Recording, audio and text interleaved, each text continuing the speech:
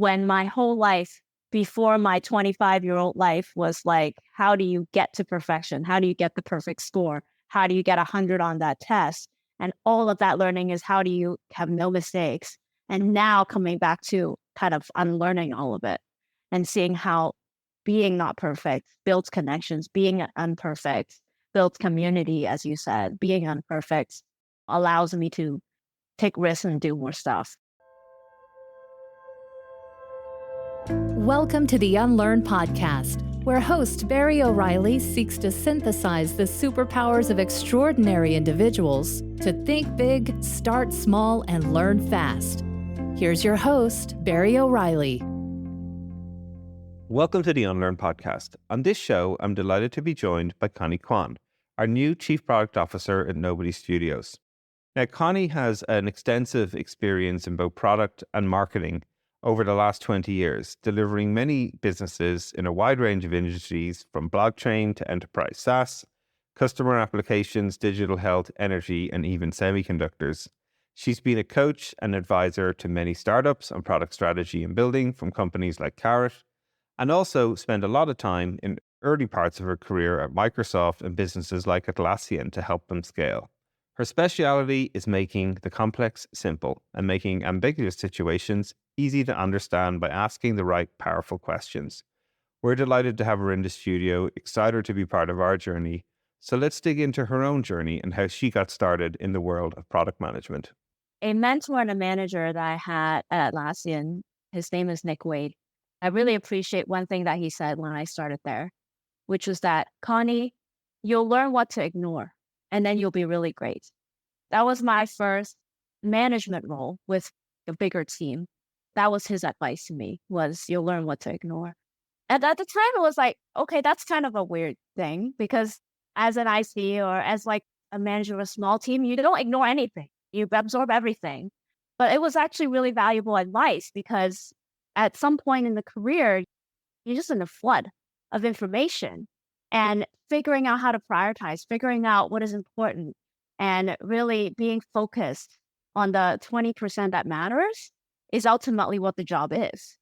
So that was the essence of his advice. And I still very much use that today. And I really appreciate it that he said it in a way that was very provoking, that really made me perk up and go, okay, I got that. It's great, actually, because I think sometimes these moments where they just sort of make you stand up and take notice and go, that's contrary.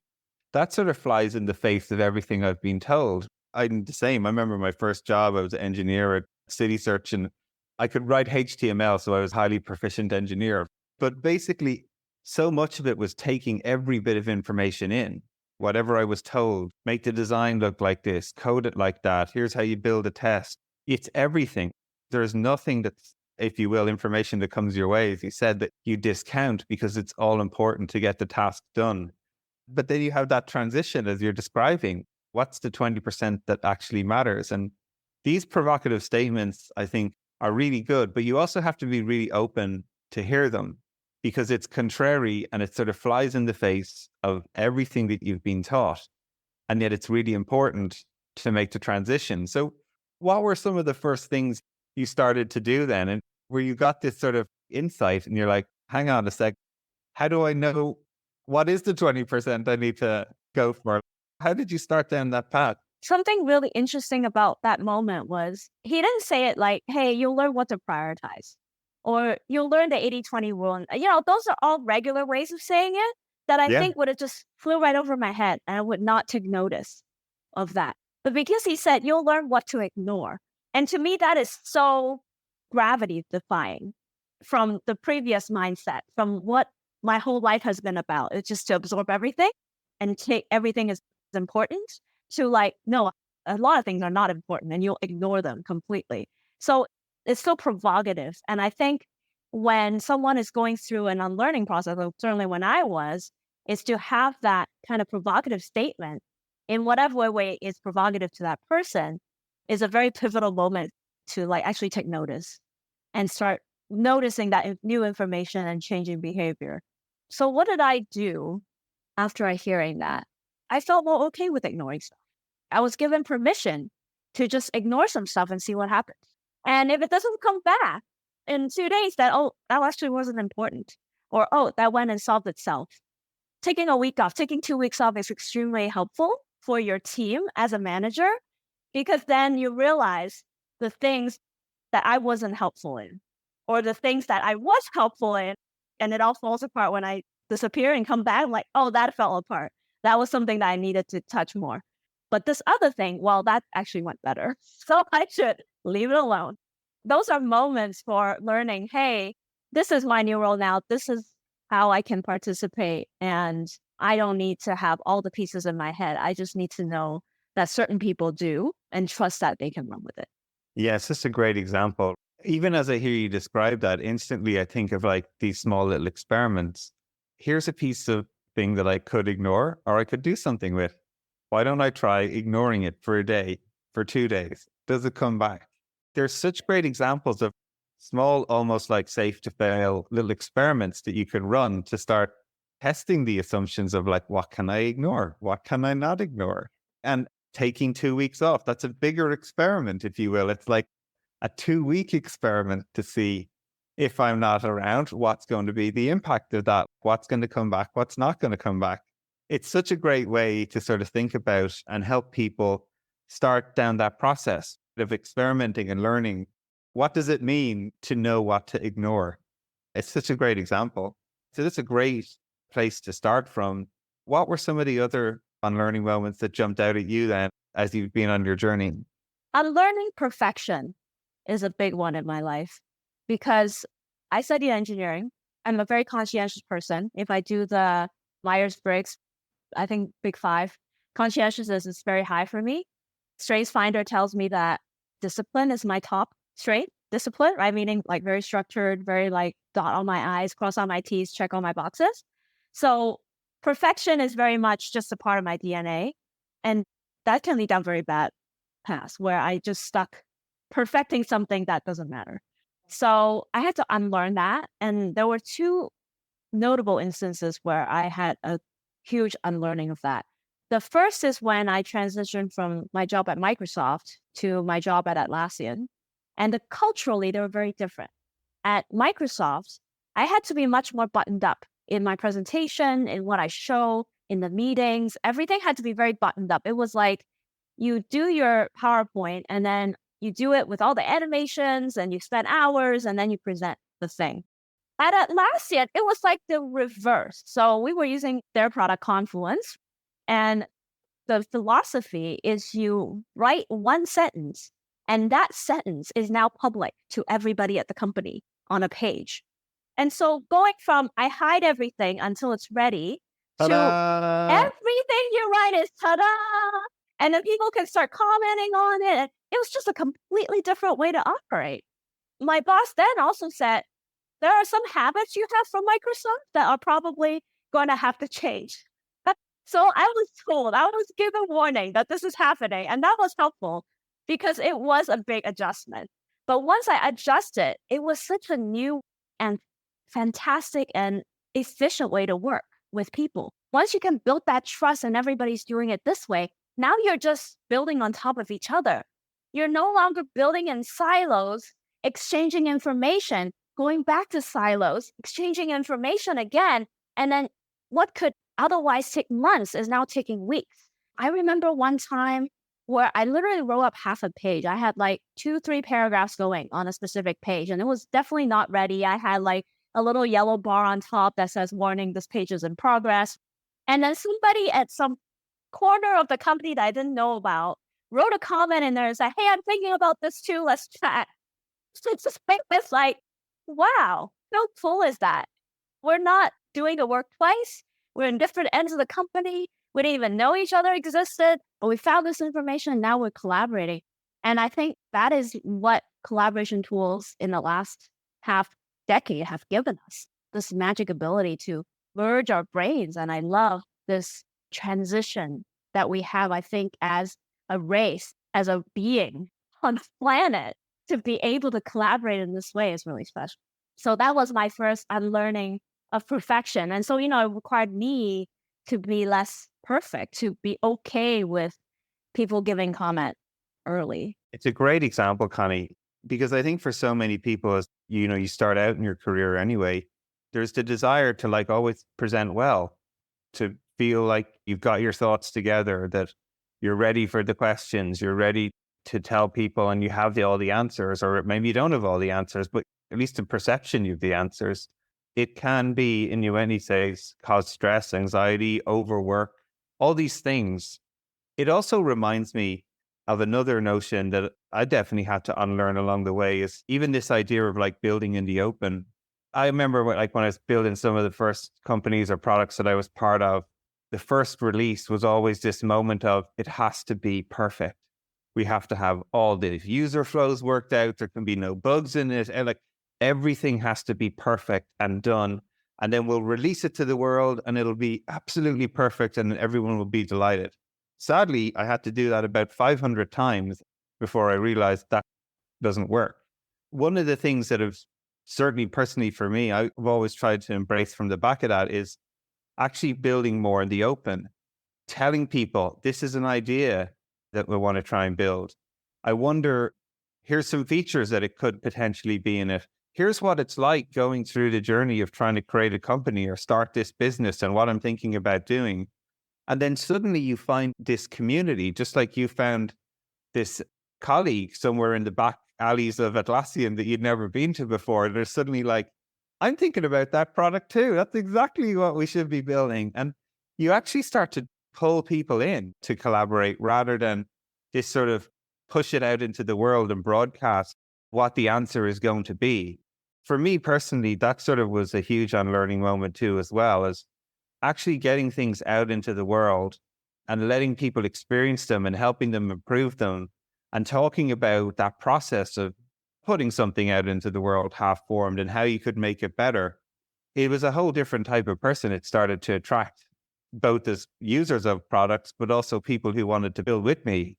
It's such a great counterintuitive thing to do. I think that I certainly have only embraced much later in my journey than how it started off for me. Yeah, it's really great that we share this perfectionism and we're both working on it. And it's surprising how many people do as well. Steve Jobs said that you can't connect the dots looking forward. You can only connect them looking backward. And so while I was prepping to have this conversation, it was interesting to see because this thread of unlearning perfection came full circle again when I became a creator. And I started sharing, I built a 4 storyteller system. I'm teaching classes on storytelling, and I have to start posting on LinkedIn and be more public. So it's one thing to post within a company context of no more than 2,000 people seeing your raw stuff. And then there's posting to the general world and letting them all see your raw stuff, right? So that's a totally different level. Fear of rejection, being Of perfect, course. all that. Vulnerability also is, that's what it is. It's Right. vulnerability. And, I just didn't realize that I think the unlearning of perfection in that first experience that I just described was a stepping stone to my next step, which is unlearning perfection and sharing with the whole world. And so in the last 5 years, I have started building the muscle of being able to share, build in the open, share more what I'm doing. I can take raw videos of myself talking in my bicycle helmet the other day about a almost crash that I had and how I learned a storytelling lesson from that. And I posted that on LinkedIn. And I did that right after I got home. I didn't even change. I just did it. And it was like very popular because it was not the usual look that I have. So like all these things, like I made deeper connections with people because I was willing to share and willing to be not perfect and willing to just be raw. And it's a very interesting thing to learn that when my whole life before my 25-year-old life was like, how do you get to perfection? How do you get the perfect score? How do you get 100 on that test? And all of that learning is how do you have no mistakes? And now coming back to kind of unlearning all of it and seeing how being not perfect builds connections, being imperfect builds community, as you said, being imperfect allows me to take risks and do more stuff. It's fascinating. It is. But I also feel it's like just being you, being authentic, being me. We're humans. We're not perfect. It's nice to sort of embrace just being ourselves and being raw. I think that authentic nature of things draws people in. Like You joke about doing a video with your bike helmet on when you just had an accident, but that's the moment. You're in the context of when that happens. Why do we need to transition to a studio and get the whole team together and get it all ready? And then I'm going to tell the, I think there's a lot to be learned from that, in embracing it. Look, you've gone on to build amazing businesses and products, obviously Microsoft, Atlassian. You've been involved in loads of different startups. You've built your own businesses as well. What are more of these sort of strains as you went along? Like getting out of the perfectionism, learning more to just be yourself, share in the open, help create community and collaborate and share more. What do you think are some of the challenges, let's say, in the industry that you see that we might need to sort of challenge ourselves, especially from a product perspective? What do you think are some of those conventions that maybe we should challenge our thinking on or even unlearn as an industry? That's an interesting one. I think the world is always on a pendulum. We swing one way and then we swing the other way. And sometimes we go too far the other way. And I think on the perfectionism scale, I would say products seem to break more now than they used to. With big consequence. It is a huge consequence. On the one hand, on the personal level, we don't need to be perfect human beings. On the other hand, because we've swung the pendulum this way and everybody's willing to be more raw and content creators are sharing their stuff on TikTok, whatever, with less prep than before, we're also taking much more of a laissez-faire attitude in launching products that have reached a lot of people. Slack recently rolled out a change on their interface that if you have multiple instances of Slack, then you lose all the icons on the left. Before that, you had all these icons on the left and you can change from instance to instance. And that was one of the huge benefits because everybody's on like 10 different instances of Slack. And then one day their design team decided to change it and all that went away. And on Reddit, it just like blew up. Everybody's like, what are you doing to me? This is the most terrible thing. My world is falling down. And, if you zoom out, you're like, okay, guys, first world problem, take a chill pill. It's okay. But on the other hand, people spend 8 hours a day of their lives on this thing. And it does matter. To me, that was, I wouldn't say even near perfect. It just wasn't a well-considered launch. So they had to quickly roll back and fix it. And within a couple of weeks, they fixed it. They made you could go into the settings and turn it back on, and they had to kind of relaunch it. But that was, to me, a product launch fail. To make that change they have so many customers they could have consulted. It was an unexcusable thing to have all blow up in their face when they launched it. So I would say we're on the product front, we're kind of swinging too far away from having it at least acceptable when we launch. Let's just launch it and see what happens kind of feeling. So, I don't know if this reverses what I earlier said, but I do think there is a balance between absolute perfection and absolute laissez-faire. Like there's somewhere in the middle that is a happy middle. And I love this example too, because I was one of those people who woke up to find a whole new interface to Slack. And I was like, I didn't know if I got bashed on the head or something had happened to me, but I couldn't operate it in any way. I thought there was a bug. I thought my machine had been hacked. I couldn't actually move anywhere around the application because the whole navigation system had changed. It's so funny that you mentioned this because I was one of those people who just sat there in disbelief going, how could this happen in this day and age? Where did this come from? I went on Reddit to see who else is also seeing this problem. What did you do? What was your first reaction? I think I was in such shock that I think I stood there for 30 minutes and was like, how am I ever going to reply to I didn't know what to do. I was just stunned. I just stood in front of my computer, frozen, going, oh no, how am I actually ever going to find anything again? Which was hilarious. It's such a good example. But the principles you're speaking to, we are in such a fantastic and opportunistic and yet moment that huge things can happen from the minor changes. Same as we start to adopt more and more of machine learning algorithms or large learning models, people are using these tools that can have a profound effect.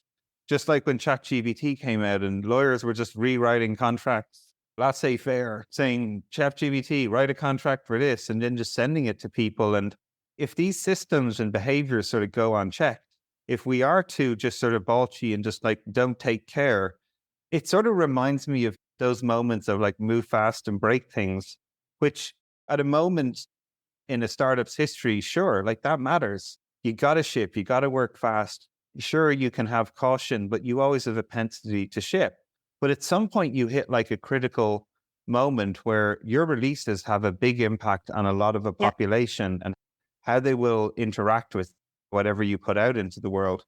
It is a moment where cavalier has to come with caution and be aware of that. And recognizing when you're in those different modes is a huge moment for any business, because often what gets you to scale is that you did take risks, that you did put things out into the world, that you did be a little more cavalier about how you would approach things.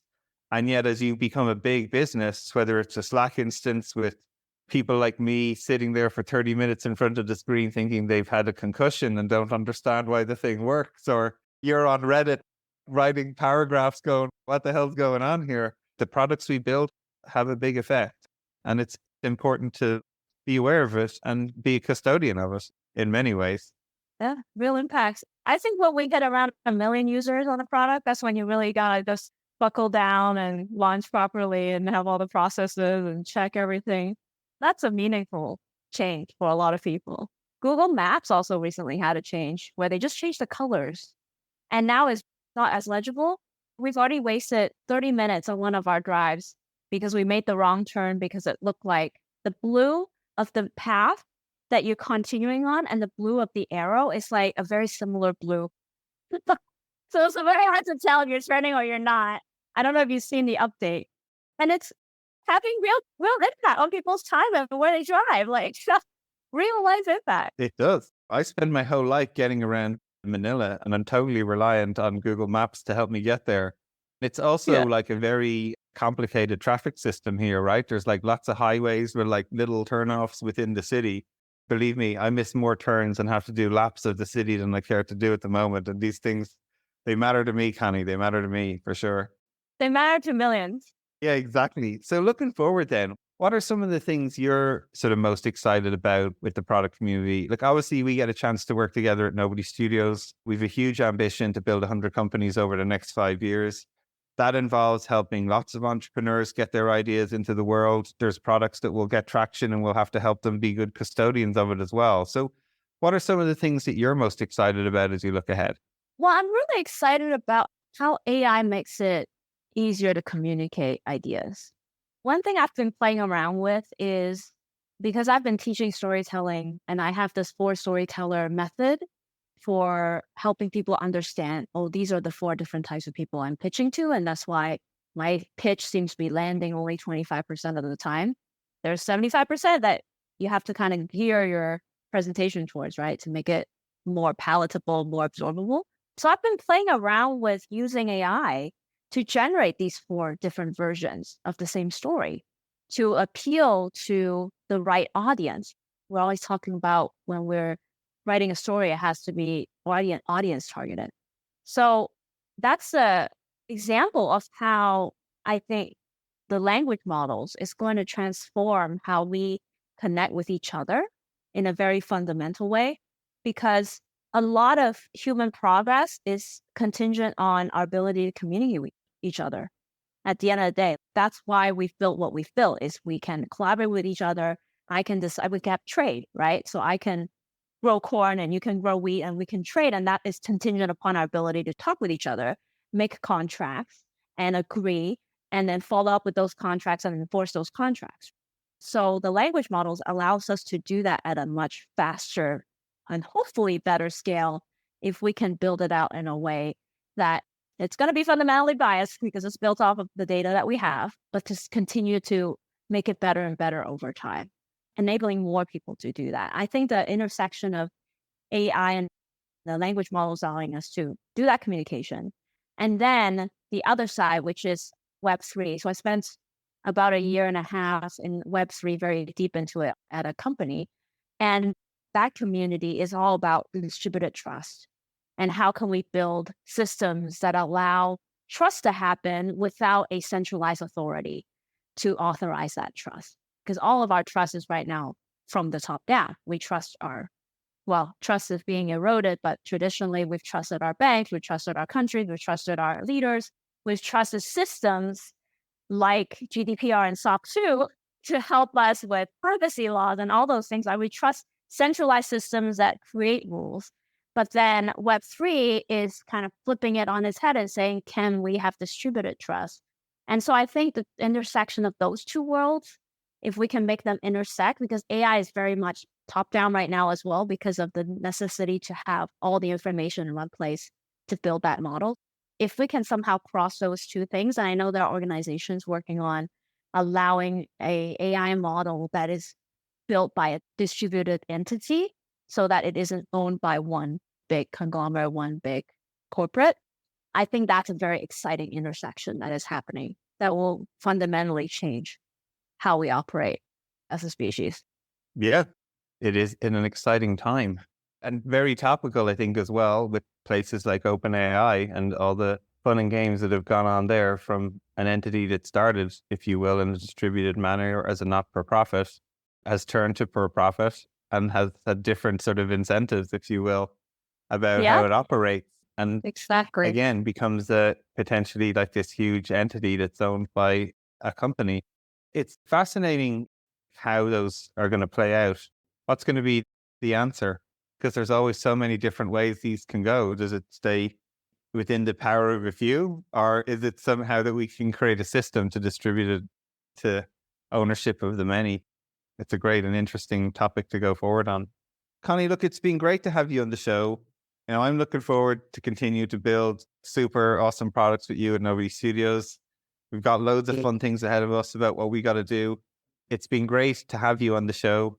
Thank you very much for sharing your stories with us, from unlearning perfectionism to building in the open to sharing your ideas and collaborating with people. It's been great to have you, and thank you very much. Thanks, Barry. It's been really great to share this conversation with you as well. Hey everyone. I hope you enjoyed that show, but I'm even more delighted to share the exciting news. I've recently co-founded a new venture studio named Nobody Studios. Now, Venture Studio is a vehicle for the rapid creation of new companies, from ideation to acceleration and growth. And our purpose at Nobody Studios will be to de-risk pre-seed stage business ideas. We'll do this by minimizing the time, speed, and capital involved in validating truly repeatable and scalable business models before any significant venture investment.